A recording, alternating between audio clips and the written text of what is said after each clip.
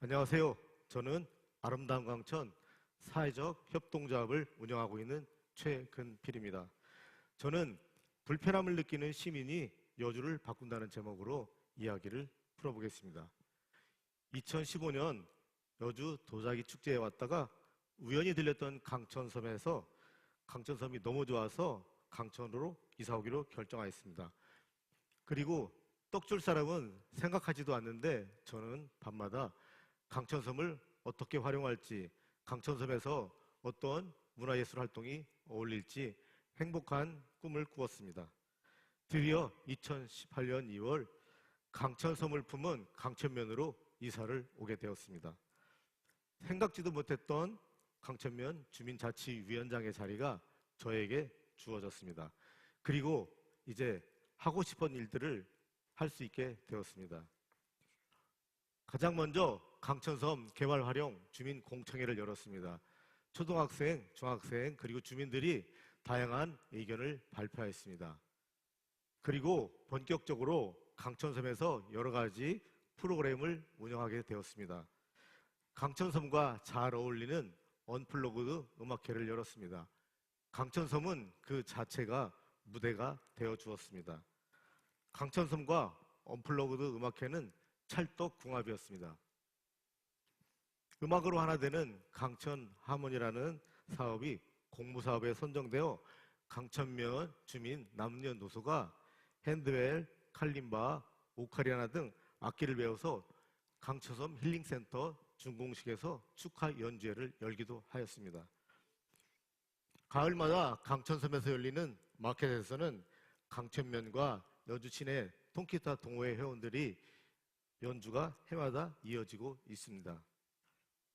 그리고 빼놓을 수 없는 강천섬 조각전시회가 2019년부터 2025년까지 5회째 이어지고 있습니다. 이제 강천섬은 조각가들에게는 자신의 작품을 전시하고 싶은 최고의 자리가 되고 있습니다. 강천섬에 놀러온 친구들이 어깨동무를 미루나무를 바라보는 것 같은 모습의 작품 친구입니다. 강천섬을 찾아온 나그네가 강천섬 광장을 걸어 노을 속으로 사라지는 것 같은 걸어가다른 작품입니다. 올해도 강천섬 조각전시회는 계속됩니다. 마을 주민들과 함께 여주에 몇 개 남지 않은 연초 건조장을 재현해 보았습니다. 다행히 연초 건조장을 직접 지으셨던 마을 어르신이 계셔서 가능했습니다. 여주 농산물을 대표하는 쌀, 부산물, 짚을 활용하여 지팡소를 만들었습니다. 강천섬의 지팡소는 모르시는 분이 없을 정도로 많은 사랑을 받았습니다. 이 사진은 우리나라의 지붕 없는 박물관 사례로 세계 에코뮤지엄 학회에 발표되기도 하였습니다. 2025년에는 두 마리의 소가 머리를 맞대고 싸우는 것 같은 형상으로 집소를 만들었습니다. 집소를 만드는 과정은 전문 작가의 창작력도 중요하지만 짚을 잘 다루는 마을의 어르신들 도움이 없었으면 불가능했을 것입니다. 특히 소 등을 덮고 있는 용구새를 만들 수 있는 어르신은 마을에 한 분밖에 계시지 않았습니다. 여주 시민 청소년들과 함께 카약을 타고 강천섬을 둘러보기도 하였습니다. 강천섬에서 초등학생들과 트리클라이밍도 하였습니다. 자연을 잘 이용하면서 자연의 소중함을 알고 지키고 보호해야 할 필요성을 몸으로 느끼도록 하였습니다. 강천섬에서 아이들과 움막을 만들었는데 지나가는 어르신이 어린 시절 생각이 나셨는지 사진을 찍고 가셨습니다. 이사 와서 보니 강천초등학교, 강천중학교에 로봇 동아리는 물론 제대로 된 로봇 교육이 없었습니다. 그래서 여름방학 로봇 특강으로 시작된 강천 로봇 동아리는 전국대회에 출전하여 상을 받는 단계까지 성장하게 되었습니다. 혹시 수요일은 아이스팩 수거데이 기억하시나요? 많은 시민들께서 함께 해주셔서 3년간 약 14만 개의 아이스팩을 재사용하게 되었습니다. 천연 수세미를 재배하여 서울, 경기 지역 150개 초등학교에 약 8,000개를 보냈고 여주 시내 초등학교에 1,000개를 보내 환경교육 재료로 사용하도록 하였습니다. 2019년부터 강천섬에서 가을마다 마켓을 운영하며 지역 농산물과 먹거리, 공예품을 판매하고 있습니다. 강천섬에 가을이 오면 정말 많은 사람들이 찾아오고 있습니다. 강천섬은 백패킹의 성지, 캠핑 입문지, 퇴근박 등 강천 캠핑 명소로 알려져 있었습니다.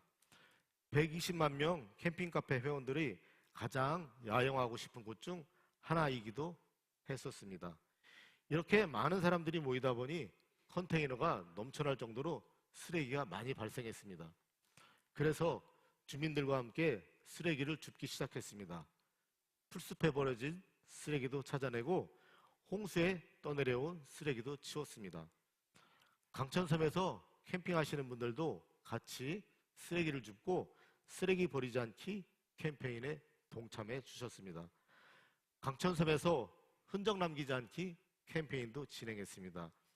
유명한 캠핑 유튜버들도 자발적으로 참여해 주셨습니다. 그랬더니 쓰레기를 모으는 컨테이너가 없어도 강천섬에는 쓰레기가 보이지 않을 정도로 깨끗해졌습니다. 2019년 사진과 2020년 사진을 비교해보면 쓰레기가 많이 줄었다는 것을 알 수 있습니다. 많은 주민들이 함께 해주셨기에 가능한 일들이었습니다. 그분들에게 저는 늘 감사한 마음을 갖고 있습니다.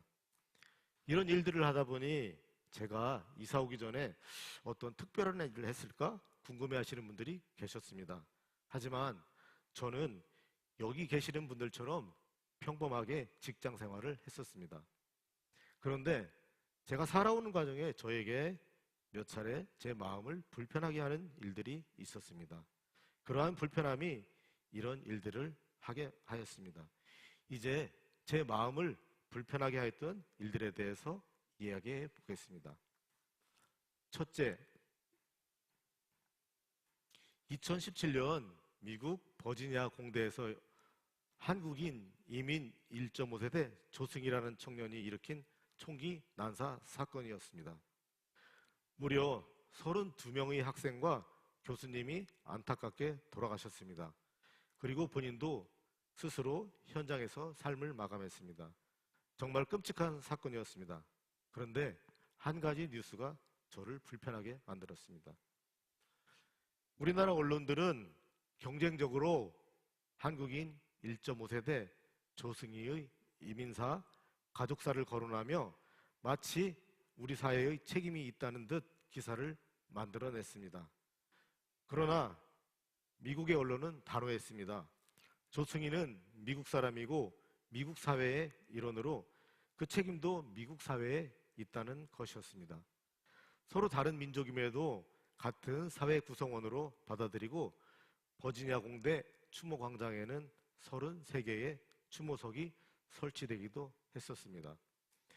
비극을 극복해가는 과정, 이민자에 대한 지역사회 시민들의 포용하는 모습이 인상적이었었습니다.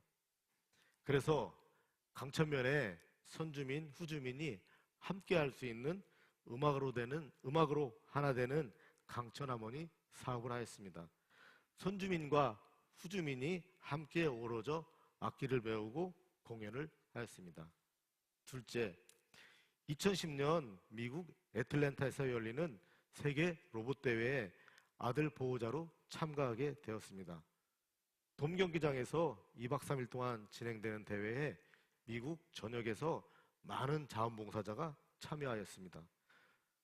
사회자 두 분도 미국에서는 꽤 유명한 연예인인데 무료로 봉사를 하였습니다.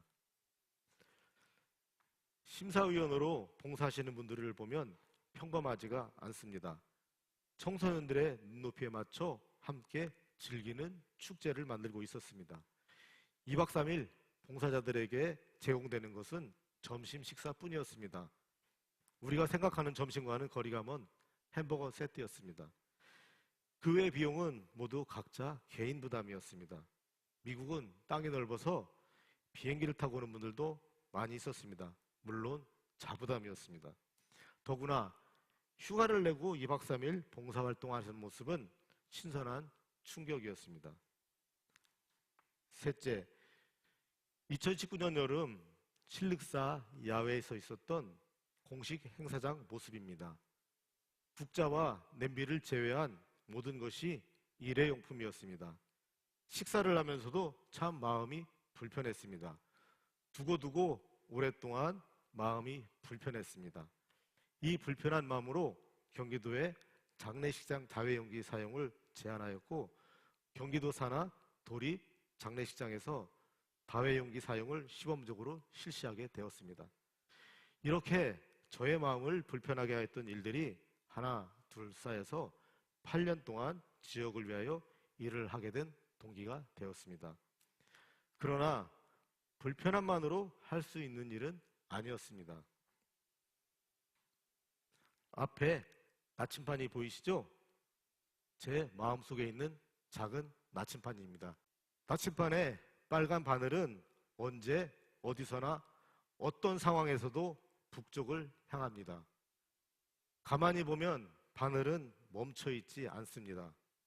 아주 미세하게 끊임없이 떨고 있습니다. 나침반을 조금만 흔들어도 바늘은 온몸을 부르르 떨며 다시 북쪽으로 돌아갑니다. 그 목표는 분명합니다. 흔들려도 방해받아도 반드시 가야 할 방향을 포기하지 않습니다. 어떤 유혹에도 굴하지 않고 끝내 북쪽을 가리킵니다. 여주를 바꾸는 일은 새로운 방향을 만드는 일이 아닙니다. 어쩌면 우리는 이미 그 방향을 알고 있습니다.